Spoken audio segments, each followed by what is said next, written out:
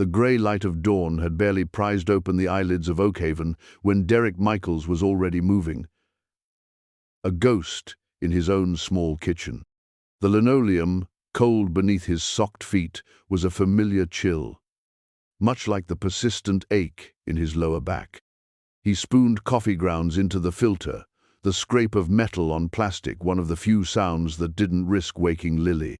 His daughter, all pigtails and missing front teeth at 7, was the sun around which his weary planet revolved. He glanced towards her closed bedroom door, a faint smile touching his lips before the usual weight settled back onto his shoulders. Another day, another juggling act of his part-time job at the hardware store, Lily's school run, and tonight, his volunteer shift at the fire station.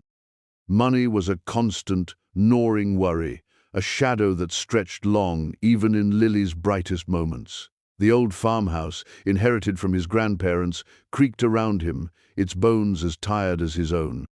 It needed repairs he couldn't afford, much like his own heart. Patched up, but still tender from Sarah's absence these past 4 years. Grief wasn't a wall, he'd learned. It was a doorway he sometimes still stumbled through in the quiet hours. Outside, the wind was picking up, hurling raindrops against the window pane like angry fists. The radio, a crackly old thing on the counter, muttered warnings about a storm system moving in fast, flash flood advisories already in effect for low-lying areas along the Serene River. Derek frowned, the familiar knot of unease tightening in his gut. Oakhaven, for all its picturesque charm, was vulnerable when the Serene decided to swell. He thought of the old bridge on Mill Road, the way the water sometimes licked at its underpinnings even in a moderate storm. "Daddy?"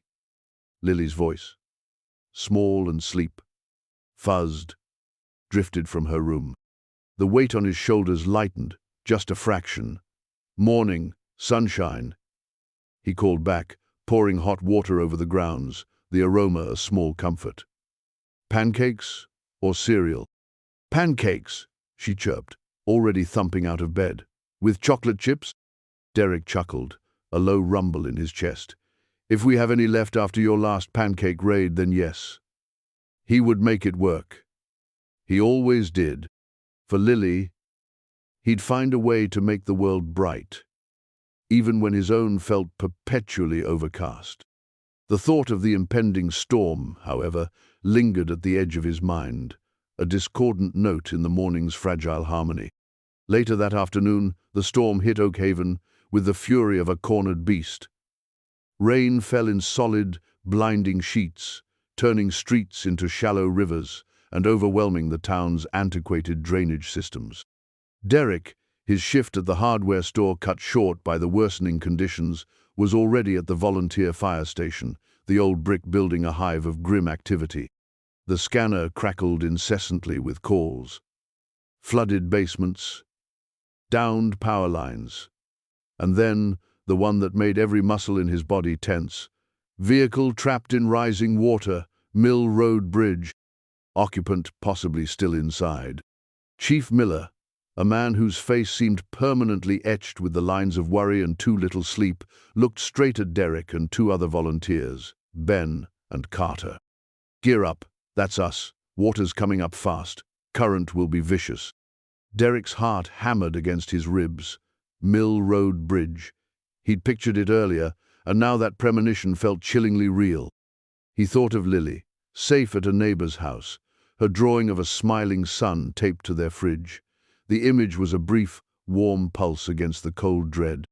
He pulled on his turnout gear, the heavy material, a familiar weight, a second skin for moments like these. There was no hesitation now. Not really. The internal conflict was a fleeting shadow, burned away by the bright, hot certainty of duty. This was what he did. This was who he was. The journey to Mill Road was a battle in itself, the fire truck's wipers struggling to clear the deluge, the wind buffeting the heavy vehicle. When they arrived, the scene was chaotic. The Serene River, usually a gentle ribbon of blue, was a raging, muddy torrent, greedily swallowing its banks. And there, Halfway across the submerged bridge was a small sedan, its nose already dipping precariously into the churning water, waves breaking over its hood. A pale shape moved inside. Someone was definitely trapped. "Current's too strong to wade," Miller yelled over the roar of the storm. "Derek Carter, lifeline. Ben with me on the winch if we need it." Derek nodded, his face set. He and Carter secured safety lines around their waists, the other ends anchored to the truck. Every instinct screamed at the danger. The water was a monstrous, living thing, hungry and cold. He took a deep breath, the rain stinging his face, and stepped into the maelstrom. The force of the current was staggering, immediately trying to rip his feet from under him. He leaned into it, moving with deliberate, practiced steps, Carter a few feet behind him, their shouted communications barely audible. Reaching the car felt like an eternity. Water surged around his thighs, then his waist, each step a victory against the river's relentless assault. The woman inside, her face a pale oval pressed against the driver's side window, looked terrified. Her eyes, wide and dark, locked onto his. "Fire department!" he yelled, his voice hoarse. "We're going to get you out. Can you unlock the door?" She fumbled with the lock, her hands shaking. The door, under pressure from the water, wouldn't budge easily. Derek braced himself against the car, using his shoulder to help force it open just enough to get a grip. The interior was already taking on water. "I need you to stay calm," he said, his voice surprisingly steady, a beacon of forced calm in the chaos. "We'll move slow and steady. I've got you." He reached in, unbuckling her seatbelt. Her hands were like ice when they grasped his arm. He felt a tremor run through her. I can't, the water," she stammered, her gaze fixed on the brown water swirling around her feet. "Look at me," Derek commanded gently, his eyes holding hers.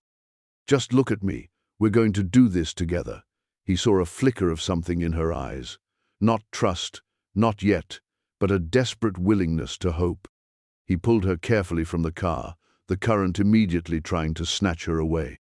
He held her tight, shielding her body with his own as much as possible, and began the slow, arduous journey back towards the riverbank, Carter helping to steady them. Each step was a prayer, a curse, a testament to sheer will. The cold was seeping into his bones, but the adrenaline, the focus, kept him moving. Finally, their feet found more solid ground, and hands reached out to pull them both to safety. Paramedics were there instantly, wrapping the woman in blankets, their faces grim. Derek leaned against the fire truck, gasping for breath, his legs trembling with exhaustion. He watched as they led her to the ambulance, her dark hair plastered to her pale face. For a moment, their eyes met again across the distance, a brief, shared glance of survival, of a debt unspoken. Then she was gone, the ambulance doors closing, its siren a mournful wail joining the storm's chorus. Derek barely registered Chief Miller clapping him on the shoulder, his gruff voice saying, "Good work, Michaels. Damn good work." He just nodded, the image of those wide, frightened eyes seared into his memory. He had done his job, another life pulled back from the brink. He pushed away the sudden, overwhelming weariness. He still had to pick up Lily. Clara Holloway shivered beneath the pile of heated blankets in the emergency room, the antiseptic smell of the hospital a sharp contrast to the muddy, metallic scent of the river that still clung to her clothes. Her hair, her memory, each breath felt like a victory. But her body ached with a bone-deep chill and the phantom sensation of churning water. Flashbacks played behind her eyelids, the terrifying lurch as her car stalled on the bridge, the sickeningly fast rise of the brown water, the distorted view through the rain-lashed windshield of a world turning hostile, and then a face, strong, determined, framed by the brim of a firefighter's helmet, eyes that had met hers with an unexpected calm in the heart of the terror. She didn't know his name, only the grip of his hand, steady and sure, pulling her from the brink. A nurse bustled in, her smile kind but professional. "Feeling a bit warmer, dear? Doctor will be in to check you over again shortly. Your father is on his way." Clara nodded, a knot tightening in her chest at the mention of her father, Mayor Thompson. He would be concerned, of course, but beneath the concern, she anticipated the familiar lecture. About recklessness, about her tendency to push boundaries, about the optics of his daughter being rescued from a flash flood she arguably shouldn't have been caught in. She'd been on her way back from a preliminary site visit for the new Community Outreach Center, a project she'd poured her heart into, a project meant to prove she was more than just the mayor's privileged child. The irony wasn't lost on her. Derek, meanwhile, drove home slowly through the receding storm, the adrenaline ebbing away, leaving him hollowed out and profoundly tired.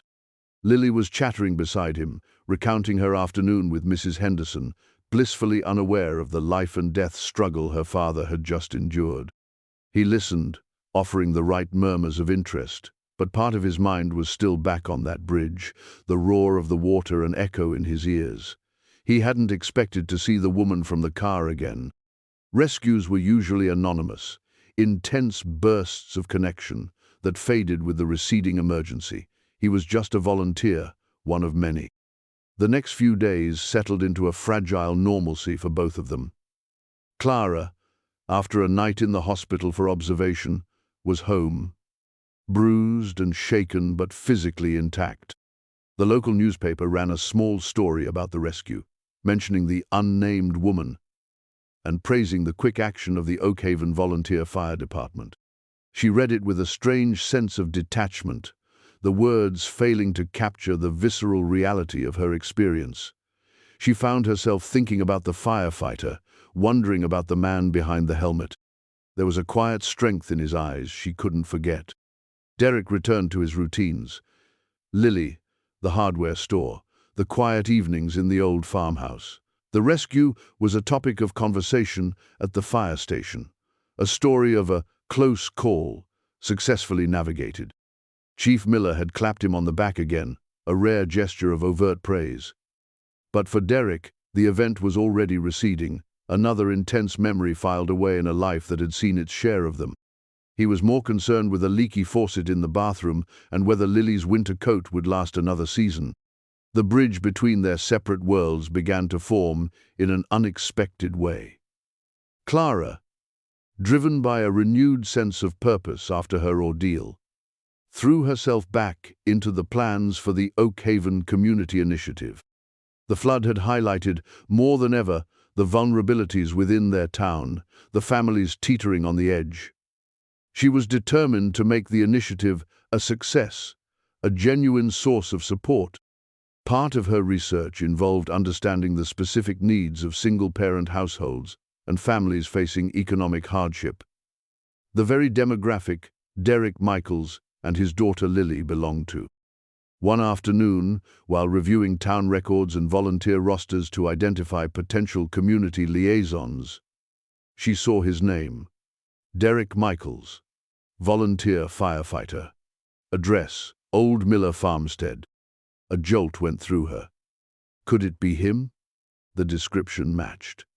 She felt a curious mix of apprehension and a strange pull. She needed to thank him properly. And perhaps, just perhaps, he could offer valuable insights for her program. Lily, meanwhile, had heard snippets of conversation about her father's bravery. Mrs. Henderson had told her, "Your daddy is a hero, Lily Bug. He saved someone from the big bad river." Lily's chest had swelled with pride. Her daddy, who made the best pancakes and read stories in funny voices, was also brave enough to fight storms. She drew a picture for him, a stick-figure firefighter with a bright red helmet, standing next to a wobbly blue river, a smiling sun beaming down. She presented it to Derek with solemn ceremony. He'd hugged her tightly, his throat thick with an emotion he couldn't name. Clara finally gathered the courage to act. She wouldn't go to his home unannounced. That felt too invasive. Instead, she called the fire station, leaving a message for Derek Michaels, identifying herself as the woman he'd rescued from Mill Road Bridge expressing her profound gratitude and her wish to thank him in person. The message reached Derek during a quiet evening shift. Chief Miller handed him the note with a raised eyebrow. Mayor's daughter, Clara Thompson, says you pulled her out of the drink. Derek felt a flush creep up his neck. Clara Thompson, the mayor's daughter. Suddenly, the anonymous woman had a name, a connection that made him uneasy. He was a private man, wary of attention, especially from Oakhaven's most prominent family. He remembered her pale, frightened face, though. He remembered the desperate grip of her hand. He couldn't just ignore the message. Clara, in her spacious, well-appointed home office, felt a tremor of anxiety as she waited for a response. Her near-death experience had stripped away some of her carefully constructed defenses, leaving her feeling raw and vulnerable. The flood hadn't just been a physical threat. It had been an emotional one, shaking the foundations of her perceived control over her life. Her father's well-meaning but often critical oversight felt heavier than usual. He'd expressed his relief, of course, but it was quickly followed by, "Clara, you must be more careful. This sort of incident, it reflects on us all." The us all stung. Her community initiative felt like her only way to carve out an identity separate from his, to prove her worth on her own terms. This firefighter, this Derek Michaels, had unknowingly become a symbol of something more than just a rescuer. He was a link to a moment when her life had been pared down to its most essential, a moment of stark, terrifying clarity. Derek, staring at the phone number on the slip of paper, felt his own past stir. Sarah had been the outgoing one, the one who navigated social complexities with ease. He was more comfortable with the quiet hum of the hardware store or the focused intensity of a fire call. Dealing with the mayor's daughter felt like stepping into a different world, one he wasn't sure he belonged in. Yet, the memory of her fear and the subsequent relief in her eyes when they reached safety was a powerful counter to his reluctance. He owed her the courtesy of a response.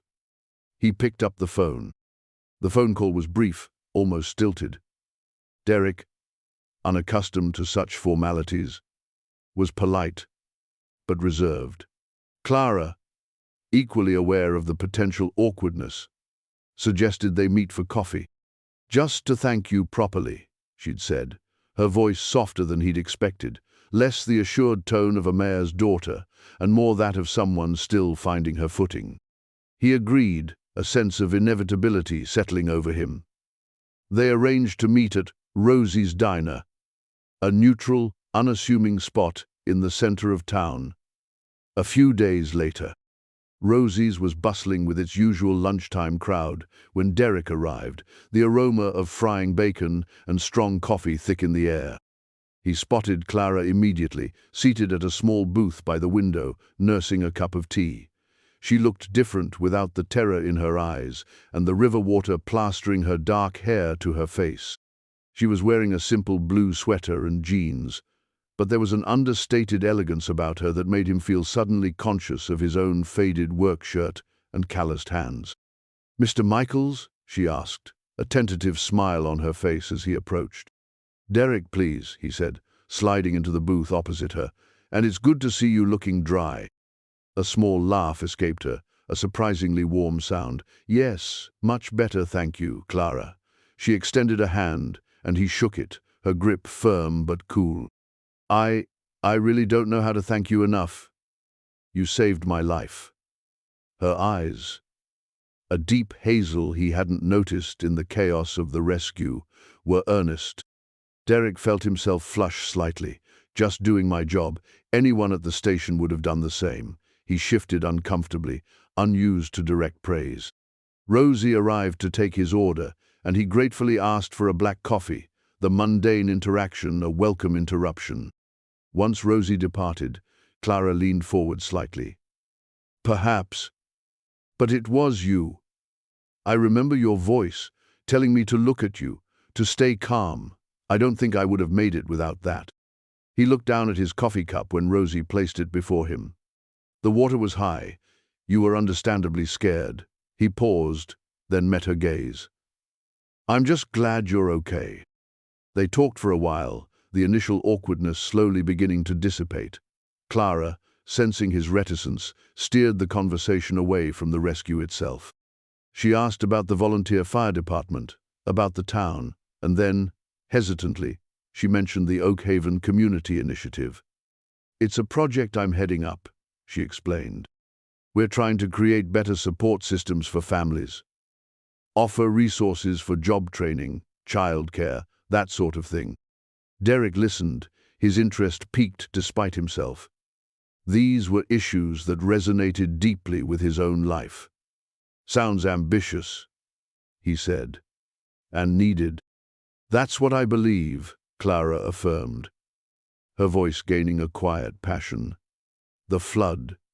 It just underscored how many people are struggling, how fragile things can be.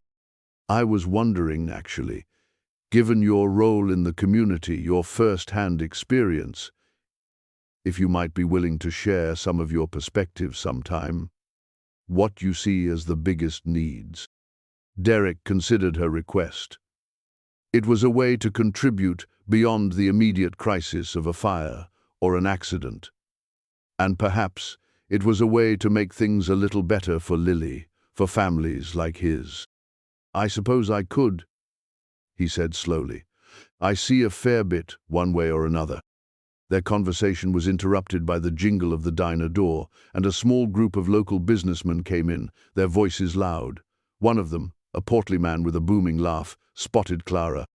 Clara, my dear, good to see you out and about after your little adventure. Your father must have been worried sick. Clara's smile tightened almost imperceptibly. Hello, Mr. Henderson. Yes, everyone's been very kind. The intrusion, though well-meaning, shifted the atmosphere. Derek saw a flicker of something in her eyes, annoyance, or perhaps weariness. It was a subtle reminder of her position, of the constant public scrutiny. As their meeting drew to a close, Clara reiterated her thanks. And I mean it about the initiative, Derek. If you're open to it, I'd value your input. She scribbled a number on a napkin. My direct line for the project. Derek took the napkin. I'll think about it. He watched her leave the diner, a thoughtful expression on his face. She was more than just the mayor's daughter, he realized. There was a genuine desire to help there, a seriousness that surprised him. Over the next few weeks, their paths began to cross with more frequency, mostly in the context of Clara's community initiative. She organized a few informal focus groups, and Derek, after some internal debate, attended one. He found himself speaking up, sharing his experiences as a single parent, the daily financial tightrope walk, the struggle to find affordable after-school care for Lily, the isolation that could sometimes creep in despite the warmth of their small community. He spoke quietly, without embellishment, but his words carried weight. Clara listened intently, taking notes, her expression serious. During one such meeting, held in the drafty town hall annex, the heating system chose that moment to sputter and die, plunging the room into a sudden chill. There was a collective groan. While an elderly town councilman fumbled with the ancient thermostat, Derek, with his practical knowledge, quickly identified a tripped breaker in the basement and had the heat restored in minutes. Clara caught his eye and gave him a small, grateful smile. It was a minor crisis, a mundane task, but in that shared moment of practical problem-solving, another small layer of formality between them seemed to peel away. Clara, in turn, began to see more of the man beneath the stoic firefighter exterior. She saw the way his eyes softened when he spoke of his daughter, the quiet pride in his voice. She learned, through oblique comments and the observations of others, about the loss of his wife years ago and the immense responsibility he shouldered. She started to understand the source of the deep weariness she sometimes saw in his eyes, and her respect for him grew. One afternoon, Clara was visiting a potential site for a youth drop-in center, a rundown building near the edge of town. Derek, who happened to be at the hardware store nearby, picking up supplies for a small repair at the fire station, saw her struggling with a jammed lock on the building's front door. He walked over. "Need a hand?" he asked. Clara looked up, startled, then relieved. "Derek." "Yes, please. This thing seems to be rusted solid." He examined the lock then, with a bit of know-how and a tool from his belt, managed to coax it open. "Old building," he commented, pushing the creaky door inward. "Needs a lot of work." "That it does," Clara agreed, stepping inside, her nose wrinkling at the musty smell. "But it has potential, don't you think? For the kids." They walked through the dilapidated rooms together, dust motes dancing in the thin shafts of sunlight. Clara spoke animatedly about her vision for the space: bright colors, comfortable seating, computers, a small kitchenette. Derek listened, offering practical suggestions about repairs, safety concerns, and the kind of features that would genuinely appeal to teenagers. For the first time, they weren't just rescuer and victim, or consultant and project manager, but two people working towards a common goal. As they were leaving, Clara paused. "Derek," she began, a little hesitantly, "I know this is perhaps overstepping, but the initiative is planning a small community fair next month. To raise awareness and hopefully some funds. We need volunteers for all sorts of things. Setting up, running a few simple game stalls. I was wondering if you, or perhaps even the fire department, might be willing to participate. Maybe bring a truck for the kids to see?" Derek thought of Lily's excited face at the prospect of seeing a fire truck up close, of climbing into the driver's seat. He thought of the good it could do for the community, for Clara's project. "I can ask Chief Miller about the truck," he said, "and I could probably spare some time to help set up." Clara's face lit up. "That would be wonderful, Derek. Thank you." It was a small commitment, but it felt significant. He was no longer just an observer, offering occasional advice. He was becoming involved. He saw the genuine gratitude in her eyes, and for a moment, the weariness he so often carried felt a little less heavy. He was surprised to find himself looking forward to it. He even thought about how Lily would react to meeting Clara, the woman her daddy had rescued. Maybe, just maybe, this initiative could bring something good into their lives too. Clara, walking back to her car, felt a warmth spread through her that had nothing to do with the weak afternoon sun. Derek's willingness to help, his quiet competence, his grounding presence, it was all beginning to chip away at the carefully constructed walls she'd built around herself. He wasn't intimidated by her father's position, nor did he treat her with the fawning deference some others did. He simply saw her as Clara, a person trying to do something worthwhile. And in his straightforward acceptance, she found a peculiar kind of comfort, a sense of being seen for who she truly was trying to be. She found herself thinking less about the terror of the flood, and more about the unexpected connections that were beginning to blossom in its aftermath. The community fair was a vibrant splash of color and activity against the muted tones of late autumn. Strings of handmade pennants fluttered between trees in the town square. The scent of popcorn and grilled hot dogs mingled with the crisp, earthy smell of fallen leaves, and the cheerful cacophony of children's laughter and local musicians filled the air. Derek, true to his word, had convinced Chief Miller to bring one of the older, polished fire engines, and it sat gleaming redly, a magnet for excited youngsters. Lily, her hand clasped tightly in his, was practically vibrating with excitement, her eyes wide as she gazed at the impressive vehicle. Clara, a clipboard in hand and a smudge of paint on her cheek, was everywhere at once, coordinating volunteers, smoothing over minor logistical hitches, her initial nervousness now replaced by a determined energy. When she spotted Derek and Lily approaching the fire truck, a genuine smile lit up her face, erasing some of the fatigue that lingered around her eyes. "Derek, Lily, I'm so glad you could make it," she said, crouching down to Lily's level. "Are you here to see the fire truck?"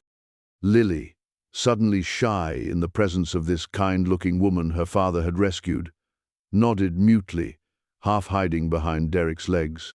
Derek gently nudged her forward. "This is Miss Thompson, sweetie. She's the one who organized this whole fair." "You can call me Clara," she said to Lily, her voice soft. "Your dad told me you love fire trucks." Lily's shyness began to melt under Clara's warm gaze. "Daddy's a firefighter," she announced proudly. "He's brave." "He certainly is," Clara agreed, her eyes meeting Derek's for a fleeting moment, a shared understanding passing between them. The terrors of the flood felt distant now, overshadowed by this simple, sunlit scene. For the next hour, Clara found herself an unofficial guide for Lily. They explored the fire truck together, Lily's small hand surprisingly confident as Clara helped her grip the huge steering wheel. They played a ring toss game, where Clara's surprising lack of aim made Lily giggle uncontrollably. They shared a sticky pink cloud of cotton candy, their laughter mingling with the festive sounds around them. Derek watched them, a quiet warmth spreading through his chest. It had been a long time since he'd seen Lily so animated with someone new, so openly joyful. And Clara. There was a natural ease about her with Lily, a gentleness that belied the often formal demeanor she presented to the town. Later, as the afternoon began to wane, they found themselves sitting on a hay bale near the small stage where a local folk band was playing. Lily, tired but happy, was leaning against Derek, her eyelids drooping. "She's wonderful, Derek," Clara said softly, watching Lily. "She's my world," he replied simply, his gaze tender as he stroked his daughter's hair. He hesitated for a moment, then continued. It's been hard. Since Sarah, my wife, making sure Lily has everything she needs, especially, well, a mother's touch, I suppose." It was more than he usually shared, a small piece of his carefully guarded heart offered tentatively. Clara listened, her expression compassionate. She didn't offer platitudes or easy reassurances. Instead, she said, "She seems like a very happy, very loved little girl. You're doing a great job, Derek." Her words, straightforward and sincere, meant more to him than she could know. He felt a loosening of some tightly held knot inside him. "Thank you," he murmured, looking away, towards the band, a faint flush on his cheeks. As the fair began to wind down and volunteers started packing up, a minor crisis arose. The generator powering the lights for the main tent sputtered and died, plunging the area into premature twilight. Panic was minimal, but frustration rippled through the remaining organizers. Clara looked momentarily overwhelmed. Derek, instinctively falling back into his problem-solver mode, was by her side in an instant. "Probably just overloaded the circuit or ran out of fuel," he said calmly. After a quick check, he diagnosed a fuel issue. While someone ran to fetch more gasoline, he expertly reconfigured some of the remaining power load, ensuring at least minimal lighting from another, smaller generator. Within 15 minutes, the main lights were flickering back on, thanks to the fresh fuel and Derek's quick thinking. Clara let out a shaky breath of relief. "Derek, you're a lifesaver." Again. She looked at him, her eyes shining in the restored light. Not just from floods, apparently, but from logistical nightmares, too. He just shrugged, a small smile playing on his lips. "Glad I could help." This shared experience, the easy camaraderie with Lily, the small moments of collaboration and mutual support, began to weave an invisible thread between them. They started to fall into a comfortable rhythm. Clara would occasionally call Derek for advice on practical aspects of the community initiative, his input on making a proposed childcare co-op accessible for working parents, or his opinion on security measures for a planned youth center. He, in turn, found himself looking forward to her calls, to their brief, focused conversations that often strayed into more personal territory. Lily's school play, a particularly challenging fire call. Clara's frustrations with bureaucratic red tape. One evening, Clara was working late at her temporary office in the town hall annex, poring over grant applications. The deadline was looming, and the pressure was immense. This funding was crucial for getting the core programs of the initiative off the ground. She felt a wave of despair wash over her. The sheer volume of work, the weight of expectation, suddenly felt crushing. Her father, while publicly supportive of the idea of the initiative, had been subtly critical of her hands-on approach, suggesting she delegate more, perhaps to someone more experienced. The implication, as always, was that she wasn't quite up to the task. She found herself picking up the phone and dialing Derek's number before she'd even fully processed the impulse. It was late, she knew, but he was often up, especially if he was on call. He answered on the third ring, his voice slightly rough with sleep. "Michaels." "Derek, it's Clara. Thompson. I'm so sorry to call this late. She trailed off, suddenly embarrassed. "Clara, what's wrong? Are you okay?" The sleepiness in his voice was instantly replaced by concern. Tears pricked at her eyes. "I'm fine, just overwhelmed. These grant proposals, I feel like I'm drowning in paperwork. And I'm terrified I'm going to mess it all up." It was a raw admission, one she wouldn't have voiced to anyone in her usual circle. There was a pause, then Derek's voice, calm and steady, came through the line. "Breathe, Clara. Just take a breath.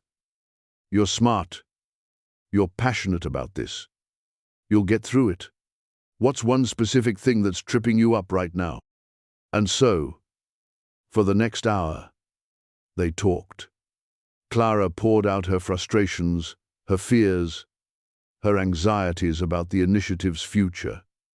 Derek didn't offer easy solutions, but he listened. He asked practical questions, helped her break down some of the more complex sections of the application, and, most importantly, he validated her efforts. "You've done more to get this thing moving than anyone thought possible, Clara," he said towards the end of the call. "Don't let anyone, not even yourself, tell you otherwise."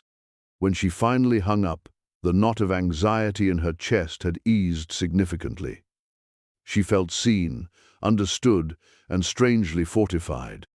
Derek's quiet belief in her was a more powerful antidote to her self-doubt than any grand gesture could have been.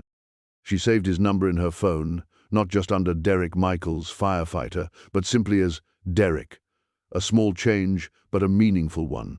Derek, lying in the dark after the call, found himself thinking about Clara, about her vulnerability hidden beneath her competent exterior, about the fierce determination that drove her.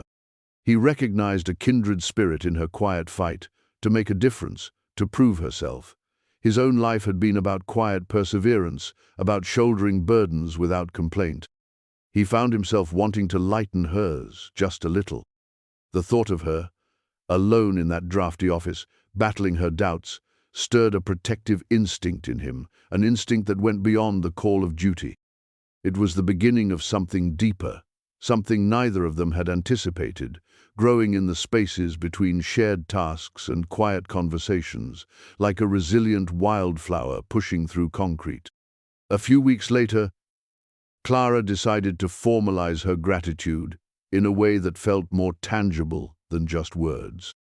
She had written a letter, not on official mayor's office stationery, but on simple, cream-colored paper.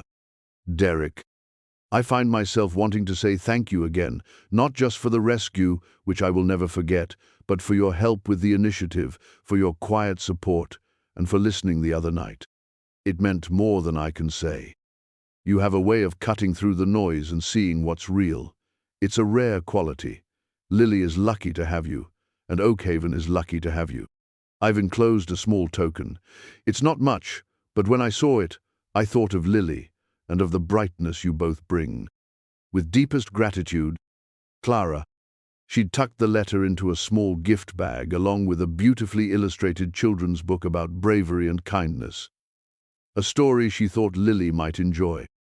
She left it at the fire station for Derek, feeling a little shy, a little vulnerable, as if she were offering a piece of her own carefully guarded hope. When Derek found the bag and read the letter, a slow smile spread across his face. He opened the book, its colorful pages depicting acts of everyday heroism. He thought of Lily's face lighting up as he read it to her. Clara's gesture was simple, yet profoundly thoughtful. It wasn't the thanks of a mayor's daughter to a civic employee. It felt like a connection between two people who were beginning to understand each other on a deeper level. He carefully folded the letter and tucked it into the pocket of his worn jacket, feeling its warmth against his chest. The bridge between them, once fragile and uncertain, was becoming stronger with every shared experience, every quiet act of kindness. The changing seasons mirrored the subtle shifts in Derek and Clara's evolving connection. Autumn's vibrant farewell gave way to the stark beauty of early winter. The Oak Haven Community Initiative, buoyed by a couple of successfully secured small grants, thanks in no small part to Clara's tireless work, and Derek's surprisingly insightful proofreading of one crucial proposal, began to take tangible shape. A temporary office space was kitted out, not in the drafty town hall annex anymore, but in a modest storefront downtown, its windows freshly painted with the initiative's hopeful new logo. A stylized oak tree with deep roots and spreading branches. Derek found himself spending more time there than he'd initially anticipated, not as an official volunteer, not yet, but as a sounding board, a practical handyman, and increasingly, a friend. He'd stop by after his shift at the hardware store, sometimes with Lily in tow, to help assemble flat-pack furniture, fix a leaky tap in the tiny kitchenette, or just offer a quiet presence while Clara wrestled with spreadsheets and planning documents. Lily, now completely at ease with Clara, would often settle in a corner with the book Clara had given her, or a set of coloring pencils, her cheerful humming, a gentle counterpoint to their more serious discussions. These shared moments of domestic normalcy, interspersed with the focused work of building something new, began to weave a sense of found family. One particularly cold evening, after a long day for both of them, they found themselves sharing a pizza ordered on a whim, perched on mismatched chairs in the still barebones office. Lily, giggling, tried to teach Clara how to fold a pizza slice the right way, New York style. The easy laughter that filled the small space felt warm, genuine, a stark contrast to the formal distance that had once defined their interactions. Derek watched Clara's face, animated and relaxed, as she playfully argued pizza-folding techniques with his daughter, and a feeling he hadn't allowed himself to acknowledge for a very long time stirred within him, a fragile tendril of hope, not just for the community, but perhaps for himself too. "You know," Clara said later as they were cleaning up, Lily now dozing on a makeshift bed of coats in the corner, "I never thought setting up an office could feel nice." Derek smiled. "It's the company, I think." Her gaze met his, a flicker of something soft and uncertain in her eyes, before she looked away. "Yes," she agreed quietly.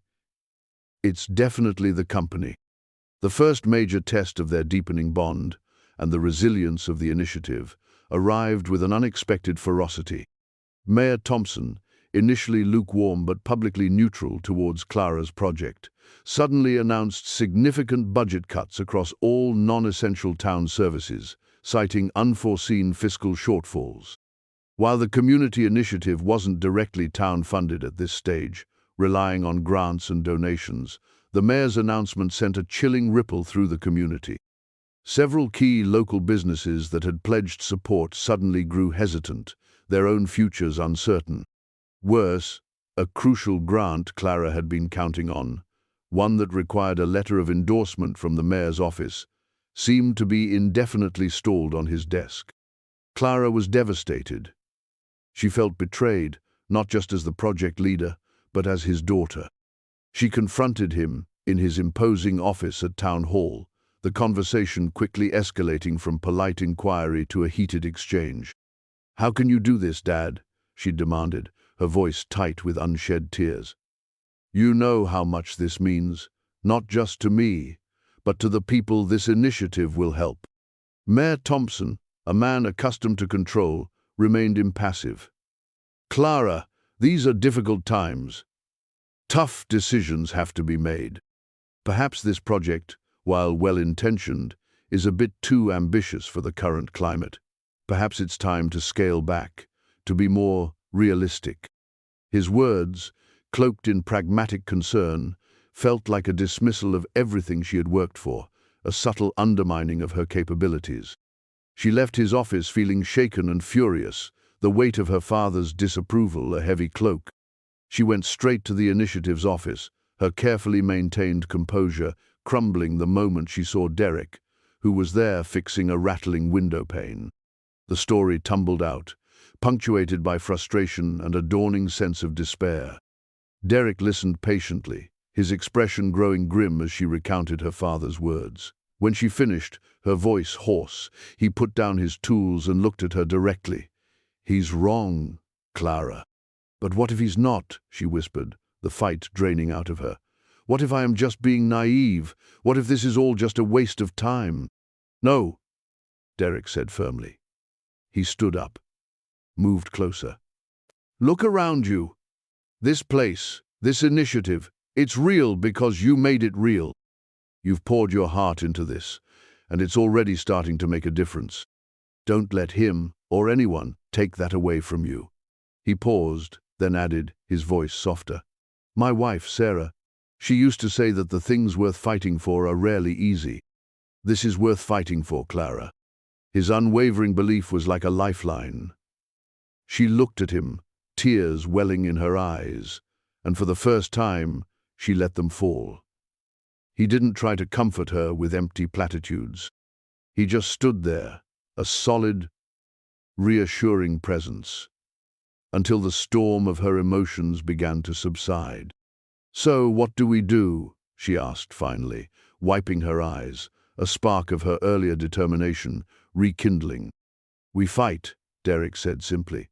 "We find other funding. We rally community support. We show your father and this town that this initiative isn't just nice to have, it's essential."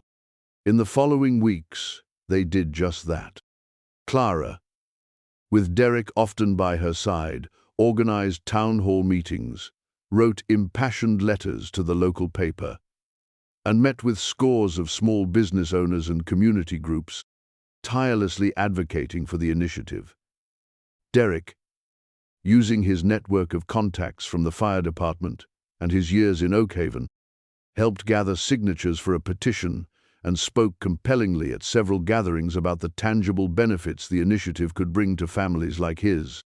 He even convinced a somewhat reluctant Chief Miller to publicly voice the fire department's support, citing the initiative's potential to address some of the underlying social issues that often contributed to emergencies. The weight of her past, her constant need to prove herself against the backdrop of her father's expectations, felt heavier than ever for Clara. She found herself writing late at night, not grant proposals, but letters she never intended to send, letters to her absent mother, trying to understand her own drive, letters to a younger version of herself, full of encouragement and warnings. And one, surprisingly, addressed to Derek, though it remained unfinished in a notebook. "Derek," it began, "sometimes I feel like I'm walking a tightrope, and the only thing keeping me from falling is your quiet certainty. I don't know how you do it, how you carry so much with such grace. My father sees ambition as a flaw in me, something to be reined in. You see it as something else, something worthwhile. I fear disappointing everyone. I fear failing. But then I see Lily's smile, or I hear you talk about the kind of community we could build, and the fear recedes, just a little." She never showed him the letter, but the act of writing it helped clarify her own complex emotions. The struggle for the initiative's survival was intertwined with her own internal battle for self-acceptance and her growing feelings for this quiet, steadfast man who had, without fanfare, become her anchor. The hope for the future of the Oakhaven Community Initiative was now inextricably linked with a more personal, more fragile hope for a future that might include him and Lily by her side. The stakes had never felt higher. The campaign to save the Oakhaven Community Initiative culminated in a town council meeting, the air in the usually staid chamber thick with anticipation and a rare, crackling energy. Every seat was filled, with supporters and a few vocal skeptics spilling out into the hallway. Clara, dressed in a simple, dark suit that couldn't quite conceal the nervous tremor in her hands, sat at the front table, a stack of papers before her. Derek was in the second row, Lily seated quietly beside him, holding a crayon drawing of the initiative's oak tree logo, its branches laden with colorful, hopeful circles. He'd tried to leave Lily with a sitter, but she'd insisted, "I want to support Clara, Daddy, like you do." Her innocent determination had been impossible to refuse. Mayor Thompson presided, his face an unreadable mask. The agenda item, review of community program funding and endorsements, was deliberately vague, but everyone knew it was about Clara's initiative. One by one, council members asked pointed questions, some laced with skepticism about sustainability, others echoing the mayor's earlier concerns about fiscal responsibility. Clara answered each one with a carefully maintained composure, her voice clear and steady, citing figures, outlining contingency plans, and passionately reiterating the initiative's vision. She spoke of the families already being helped by the fledgling programs, the single mothers finding childcare support, the unemployed residents gaining new skills through workshops. Despite her well-reasoned arguments, the atmosphere remained tense. A prominent local businessman, known for his close ties to the mayor, stood up and spoke forcefully against allocating any further uncertain ventures when the town faced real economic headwinds. His words cast a pall over the room. Clara felt a familiar wave of despair begin to rise, the echo of her father's doubts, her own fears of failure. She glanced towards Derek. He met her gaze, his expression calm, unwavering. He gave a small, almost imperceptible nod. "You've got this," his eyes seemed to say. Then, to everyone's surprise, Chief Miller rose from his seat. He wasn't scheduled to speak, but the mayor, perhaps sensing the mood of the room, reluctantly gestured for him to approach the podium. "Mayor Council," Chief Miller began, his voice gruff but carrying authority. "I'm not usually one for speeches, but I've been a firefighter in this town for 30 years. I've seen a lot. And I can tell you, this initiative, it's not just some feel-good project. It's about prevention. It's about giving people a hand up before they fall so far they need rescuing in other ways. Stronger families, kids with positive outlets, folks with decent job prospects, that makes for a stronger, safer community. That means fewer calls for us, for the police, for social services down the line. It's an investment, not an expense." He looked directly at Clara. "And Miss Thompson here has worked tirelessly, with integrity and a genuine commitment I haven't seen in a long while. She deserves our support." A murmur of approval rippled through the audience. Chief Miller's unexpected, powerful endorsement shifted the momentum. Then, before the mayor could regain control, Derek stood up. He hadn't planned to speak formally, but seeing Clara's fight, hearing Miller's words, something compelled him. "Mayor Thompson, members of the council," Derek began, his voice quiet but carrying a weight of lived experience. "My name is Derek Michaels. I'm a single father, a volunteer firefighter, and a lifelong resident of Oakhaven." He spoke simply, from the heart, about the daily struggles of families like his, about the hope the initiative represented. He didn't raise his voice, didn't use rhetoric, but his words painted a vivid picture of the need and the potential. "This isn't about abstract ideas," he concluded. "This is about our neighbors, our children. It's about giving everyone in Oakhaven a fair chance. Clara Thompson has given us a way to do that. All she's asking for is for us to believe in it, and in her, as much as she believes in this town." When he sat down, a profound silence filled the room for a moment, followed by a spontaneous burst of applause from many in the audience. Lily beamed, clapping her small hands enthusiastically. Clara looked at Derek, her eyes glistening with unshed tears. a look of profound gratitude on her face. The council debate continued for a while longer, but the tide had turned. Faced with such compelling public and personal testimonies and the clear sentiment of the room, the council voted to formally endorse the Oakhaven Community Initiative and even allocated a small, symbolic amount of seed money from a contingency fund, a gesture that spoke volumes. More importantly, the mayor, his expression unreadable but perhaps a fraction less stern, agreed to sign the crucial letter of endorsement for the larger grant. After the meeting adjourned, a wave of supporters surrounded Clara, offering congratulations. She accepted them graciously, but her eyes kept seeking out Derek. When she finally reached him, Lily was already giving him a fierce hug. "We did it, Daddy! Clara did it!" Lily exclaimed. Clara knelt beside Lily. "We all did it, sweetheart. Especially your daddy." She looked up at Derek, her voice thick with emotion. I don't know what to say. Thank you for everything. "You're the one who did the hard work, Clara," he said, his voice gentle. "You never gave up." In that moment, standing amidst the receding crowd, the formal titles and past roles rescuer and victim, mayor's daughter and volunteer firefighter seemed to dissolve completely. They were simply Clara and Derek, partners who had faced a challenge together and emerged stronger. The relief was palpable, a shared exhalation of breath after a long, arduous climb.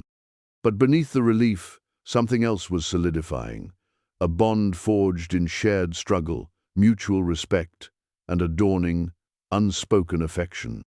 Later that evening, after Lily was asleep, Derek found Clara still at the initiative's office, quietly packing away her papers from the council meeting. The adrenaline had faded, leaving behind a sense of profound, weary satisfaction. "You should go home. Get some rest," Derek said softly, leaning against the door frame. Clara looked up, a tired smile on her face. "I will. Soon. I still can't quite believe it." She paused, then met his gaze directly. "I couldn't have done this without you, Derek. Your belief in me, in this project, it kept me going when I wanted to quit." He walked over to her, stopping just a few feet away. The small office suddenly felt very intimate. "You have more strength than you know, Clara." The air between them hummed with unspoken emotions. Years of carefully constructed defenses, of guarded hearts, seemed to be slowly eroding. He saw not the mayor's daughter, but a woman of fierce passion and quiet vulnerability. She saw not just the stoic firefighter, but a man of deep kindness and unwavering integrity. Impulsively, Clara reached out and placed her hand on his arm. "Thank you," she whispered again, her eyes searching his. Derek covered her hand with his own, his thumb gently stroking her skin. It was a simple touch, yet it resonated with a depth of feeling that surprised them both.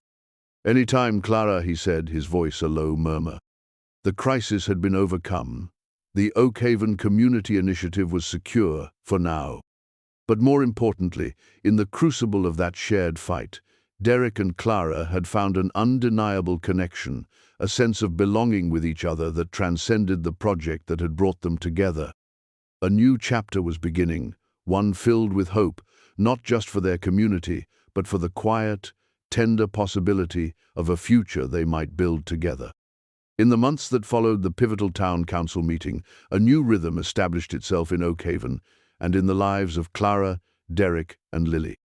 The community initiative, now with secured funding and broad public support, blossomed. The storefront office became a hub of activity. Workshops bustled with eager participants, the childcare co-op waiting list grew, and the youth drop in center. After extensive renovations, largely coordinated by Derek's practical expertise and a team of enthusiastic volunteers, finally opened its doors to the town's teenagers. Clara was at the helm, no longer the hesitant newcomer, but a confident, respected leader, her passion infectious, her dedication unwavering. Derek, while still working at the hardware store and volunteering at the fire station, found his involvement with the initiative deepening organically. He became an informal mentor at the youth center, teaching basic carpentry skills, and his quiet, steady presence was a grounding force for many of the teens. He and Clara worked together seamlessly, their professional partnership underpinned by a growing personal affection that was evident to anyone who saw them interact. The easy laughter, the shared glances, the comfortable silences. Lily, thriving in this atmosphere of warmth and community, adored Clara. She would often spend afternoons at the initiative office after school, helping Clara with paperwork, which mostly involved intricate crayon drawings on scrap paper, or chattering about her day. The three of them, Derek, Clara, and Lily, began to feel like a small, self-contained constellation, their orbits increasingly intertwined.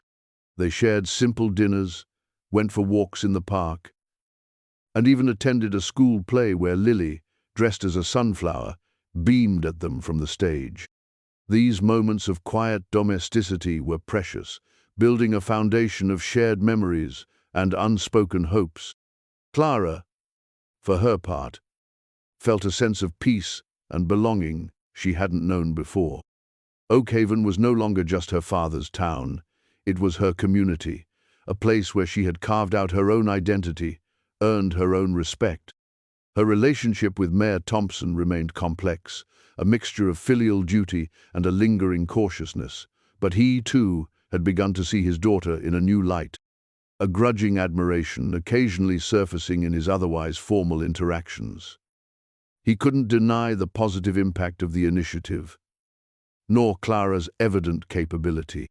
Then, an opportunity arose that threatened to disrupt this newfound equilibrium.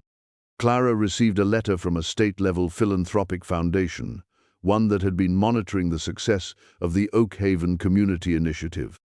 They were impressed, deeply impressed, by her model and its impact.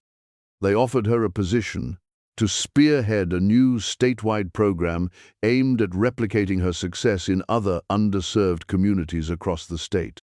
It was an incredible honor, a chance to make a difference on a much larger scale, the kind of validation she had once only dreamed of, but it would mean leaving Oakhaven.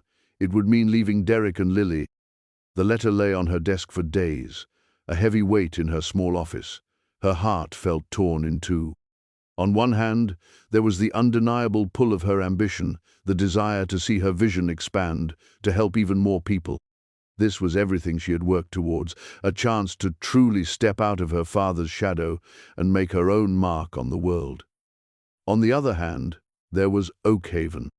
There was the life she had built here, the connections she had forged, the sense of home she had finally found. And there was Derek. Their relationship, while still unspoken in terms of formal commitment, had deepened into a quiet, profound love, a partnership of heart and mind. The thought of leaving him, of leaving Lily, was a physical ache. She finally showed the letter to Derek one evening, as they sat on the worn porch swing of his farmhouse, Lily asleep inside. The crickets sang their nightly chorus, and the air was soft with the promise of summer. He read it slowly, his expression unreadable in the dim light. When he finished, he was silent for a long moment, his gaze fixed on the distant fields. Clara held her breath, her heart pounding. "It's an amazing opportunity, Clara," he said finally, his voice quiet, carefully neutral. "You've earned it." "But Oakhaven," she whispered, her voice barely audible. "You, Lily." He turned to her then, and she saw the sadness in his eyes, a reflection of her own. "We'll still be here," he said gently. "And this is who you are, Clara. You're meant to do big things, to help people. I wouldn't ever want to stand in the way of that." Tears welled in her eyes. "But I don't want to leave you." He reached out, taking her hand, his fingers lacing through hers. His touch was warm, reassuring. "It doesn't have to be goodbye forever," he said. "There are phones, emails, weekends. We can make it work if we want to." He paused, then looked at her intently. "The question is, what do you want, Clara? Truly?" His selfless support, his willingness to put her dreams first, even if it meant his own heartache, only deepened her love for him. It was the hardest decision of her life.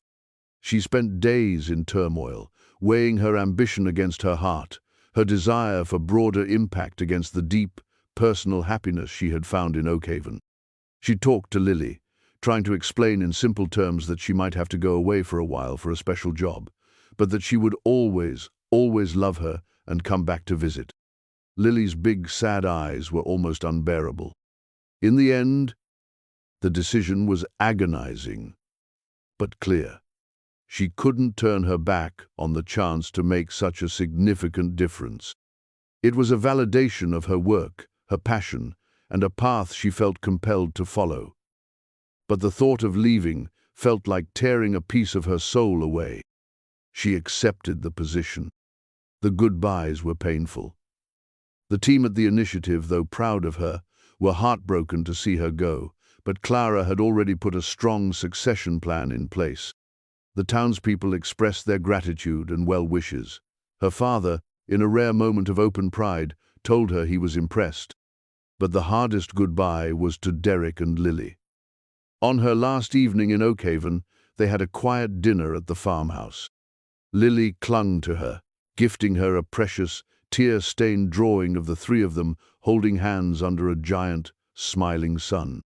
Clara hugged her tightly, promising to call every night, to write letters, to visit as soon as she could. Later, after Lily was asleep, she and Derek sat on the porch swing again, the silence heavy with unspoken words. "I'll miss you more than I can say," she whispered, her voice choked. Derek pulled her close, holding her tight. "I'll miss you too, Clara. Every day." He tilted her chin up, his eyes searching hers in the moonlight. "But I am so incredibly proud of you." And then he kissed her. A deep, lingering kiss filled with love, sadness, and a promise of enduring connection. "Write to me?" she asked, her voice small. "Always," he promised. "And you write back." The next morning, as she drove away from Oakhaven, the town receding in her rearview mirror, tears streamed down Clara's face. She was leaving behind a piece of her heart, but she was also carrying with her the love and support of the two people who had come to mean the world to her. It was a supportive separation, a painful choice made in the name of growth, but the threads that bound them, woven from shared experiences, mutual respect, and a deep, abiding love, felt strong enough to withstand the distance. The new horizon was beckoning, but the warmth of Oakhaven and the love of Derek and Lily would remain her anchor. Time, as it always does, moved onward, stretching the distance between Oakhaven and the bustling state capital where Clara now lived and worked.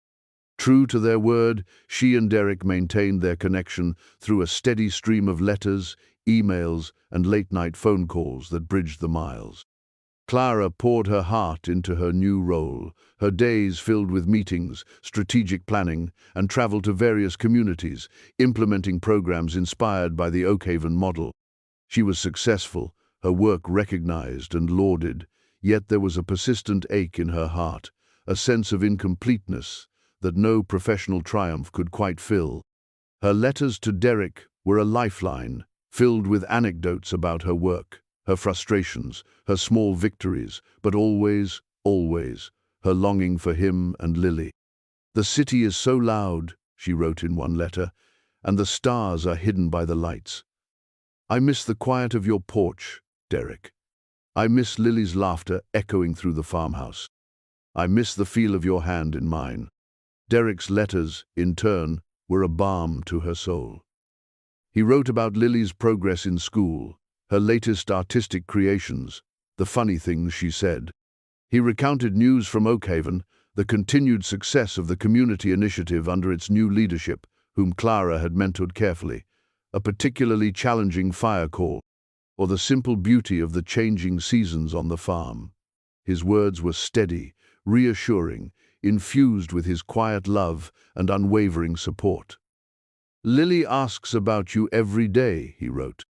"She keeps your picture by her bed. We both miss you, Clara. Oak Haven isn't quite the same without you, but we're so proud of what you're doing. You're changing lives out there." Nearly 2 years passed in this way. Clara visited Oak Haven whenever her demanding schedule allowed, precious, fleeting weekends filled with laughter, hugs, and a bittersweet awareness of the time slipping away too quickly. Each visit was a poignant reminder of what she had left behind, and each departure was a fresh stab of pain. Lily was growing so fast, losing more teeth, her vocabulary expanding, her drawings becoming more intricate. Derek's face seemed to have a few more lines around his eyes, lines of worry and weariness, but also of enduring strength and kindness. Their love remained a constant, a quiet flame burning steadily despite the distance, but the separation was taking its toll on all of them. Then, a crisis struck Oak Haven, one that would serve as an undeniable catalyst. A fierce summer storm, even more violent than the one that had first brought Clara and Derek together, swept through the region. This time, it wasn't just flash floods. Tornado warnings blared, and a rogue twister touched down just outside of town, causing significant damage, including to the older, more vulnerable sections of Oak Haven. The Community Initiatives building, while thankfully spared a direct hit, suffered roof damage and flooding. More critically, several families who relied on the initiative's support lost their homes or livelihoods. Derek, as a volunteer firefighter, was in the thick of the emergency response, working for nearly 48 hours straight, pulling people from damaged structures, clearing debris, and fighting a fire sparked by a downed power line at the old lumber mill on the edge of town.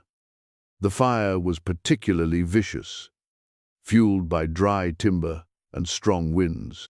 During a desperate attempt to prevent it from spreading to a nearby residential area, a section of the burning roof collapsed unexpectedly. Derek and another firefighter were caught in the fallout. Clara heard the news first through a frantic, tearful call from the new director of the Oak Haven initiative, and then from a grim-faced Chief Miller. Derek was in the hospital. He was alive, but he had sustained serious injuries, a broken leg, several cracked ribs, and significant smoke inhalation. His colleague had thankfully escaped with minor burns. Without a second thought, Clara dropped everything. Her statewide responsibilities, her meticulously planned schedule, her upcoming keynote speech, none of it mattered. She booked the first available flight, her heart a cold knot of terror in her chest. The thought of Derek, her strong, steady Derek, lying injured in a hospital bed, was unbearable. All her professional achievements, all her ambitions, felt hollow and meaningless in the face of this stark, personal crisis. She knew, with a certainty that cut through her fear, where she needed to be. When she arrived at the Oak Haven General Hospital, she found Lily sitting pale and withdrawn in the waiting room, vigilantly guarded by a kind-faced Mrs. Henderson. The moment Lily saw Clara, her small face crumpled, and she launched herself into Clara's arms, sobbing. "Daddy's hurt, Clara. He's hurt bad." Clara held her tight, murmuring reassurances she didn't entirely feel herself, her own eyes stinging. "He's strong, Lilybug. Your daddy is the strongest man I know. He's going to be okay." After settling Lily with Mrs. Henderson, who promised to stay as long as needed, Clara was finally allowed to see Derek. He lay in the hospital bed, his face bruised and pale beneath an oxygen mask, his leg in a bulky cast. But his eyes, when they found hers, were filled with a profound relief that mirrored her own. "Clara," he rasped, his voice weak. "You came." Tears streamed down her face as she rushed to his side, gently taking his hand, careful of the IV lines. "Of course, I came," she whispered, her voice thick with emotion. "Where else would I be?" He squeezed her hand weakly. "Lily? She's okay. Scared, but okay. Mrs. Henderson is with her. She's a brave girl, just like her dad. He closed his eyes for a moment, a sigh escaping him. The fire, it was bad. Shh, don't talk now, Clara said softly, stroking his forehead. Just rest.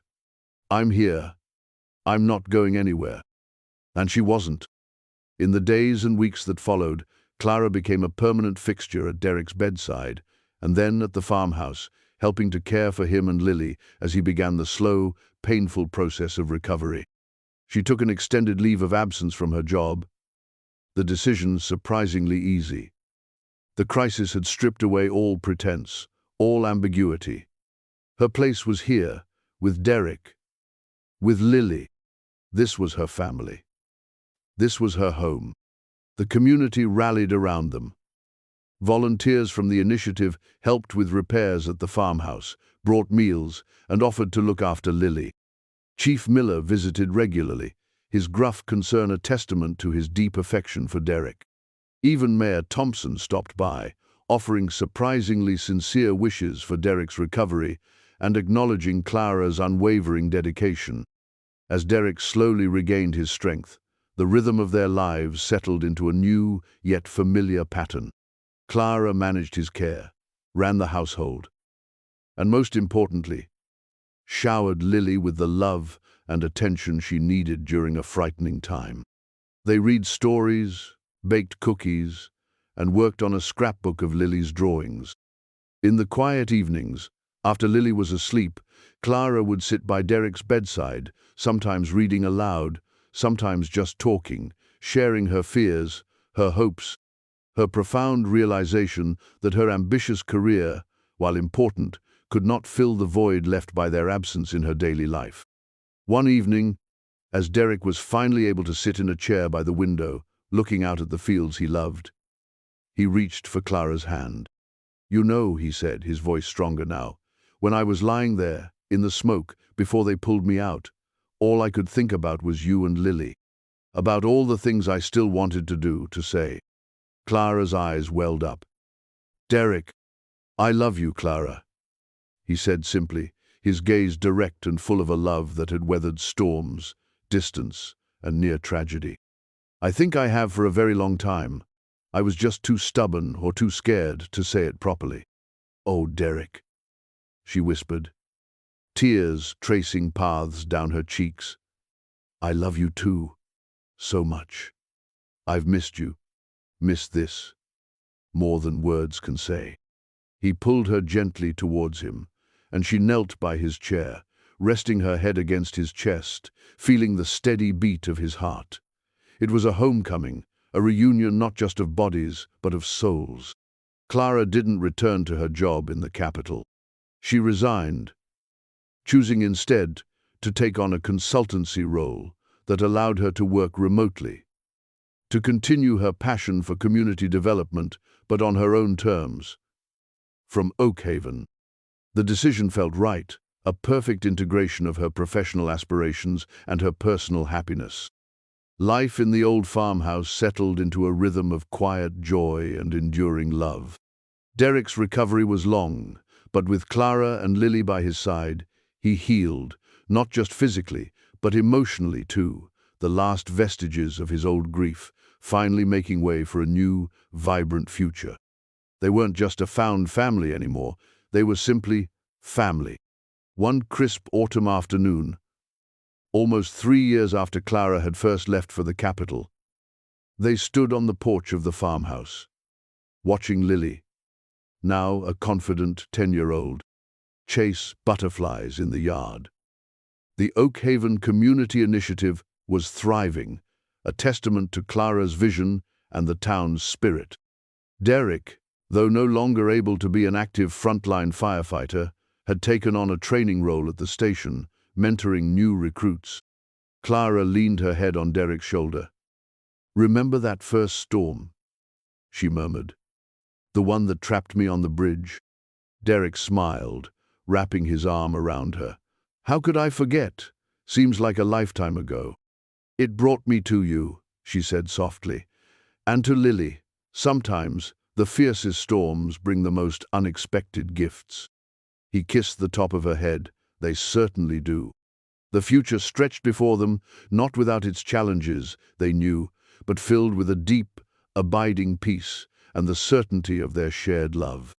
The cycle of kindness, sparked by a rescue in a raging flood, had come full circle, creating a sanctuary of warmth, hope, and enduring connection in the heart of Oakhaven, a testament to the quiet power of second chances and the enduring strength of a family found in the most unexpected of ways. Lily, her laughter echoing in the clear autumn air, turned and waved, her smile as bright as the afternoon sun, and in that simple gesture the promise of their shared future shone, clear and true.